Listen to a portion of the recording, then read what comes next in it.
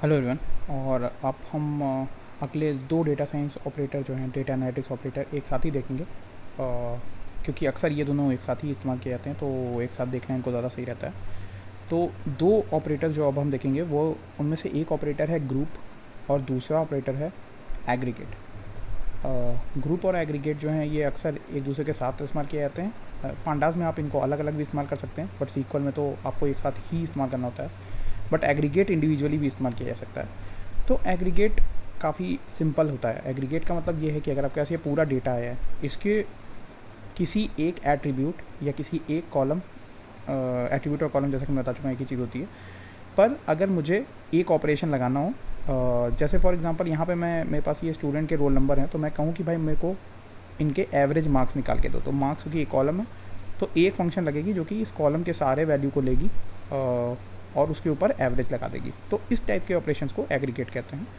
इसमें आप और भी बहुत कुछ कर सकते हैं, जैसे कि मार्क्स में से आप स्टैंडर्ड डेविएशन निकाल सकते हैं, या फिर मार्क्स में से आप मैक्सिमम निकाल सकते हैं। तो कुछ एग्रीगेट फंक्शंस जो कि आप देख सकते हैं यहाँ पे मैंने लिखी भी हुई हैं: average, variance, median, maximum, minimum, sum, product. Sum simple ये है कि इसका आपने टोटल निकाल दिया, प्रोडक्ट एक ने आपने सबको आपस में मल्टीप्लाई कर दिया, इस तरह करके। तो एग्रीगेट काफ़ी सिंपल ऑपरेशन है। और एक पूरे टेबल पे अगर आप करते हैं तो इससे आपको कुछ टेबल के बारे में जानकारी मिल जाती है, जैसे स्टूडेंट्स के टोटल एवरेज मार्क्स क्या हैं, या स्टूडेंट्स में सबसे ज़्यादा नंबर किसको आए या सबसे कम नंबर किसको आए। इस तरह की जानकारी आपको पूरे डेटा पे एक बार मिल जाती है। हालांकि एक यही तरीका एग्रीगेट यूज़ करने का नहीं है, आप और भी तरह से यूज़ कर सकते हैं। जैसे कि अगर आप ग्रुप ऑपरेशन देखिए, तो ग्रुप ऑपरेशन को पहले मैं थोड़ा जूम करके दिखाता हूँ।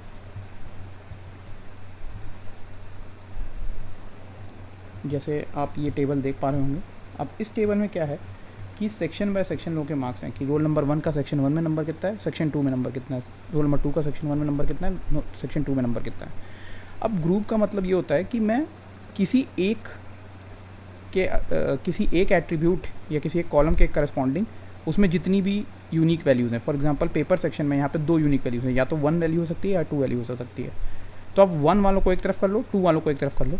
अगर ऐसे यहाँ पे 10 होता तो 1 को एक तरफ, 2 को एक तरफ, 3 को एक तरफ, 4 को एक तरफ, 5 को एक तरफ, सो ऑन सो फोर्थ, 10 को एक तरफ कर दो।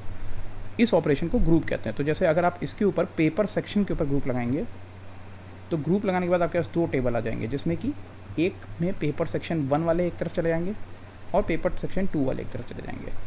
अब ये ऑपरेशन करने के बाद अगर आप इसके ऊपर एग्रीगेट लगाते हैं तो आपको और भी ज़्यादा जानकारी मिल सकती है, जैसे कि पेपर सेक्शन 1 के एवरेज मार्क्स क्या हैं या उसमें मैक्सिमम नंबर कितने आए, और पेपर सेक्शन 2 के एवरेज मार्क्स क्या हैं और उसमें मैक्सिमम नंबर कितने हैं, and so on so fourth. तो अक्सर जो है ग्रुप ऑपरेशन के साथ एग्रीगेट लगाना जो होता है वो काफ़ी बेहतर होता है।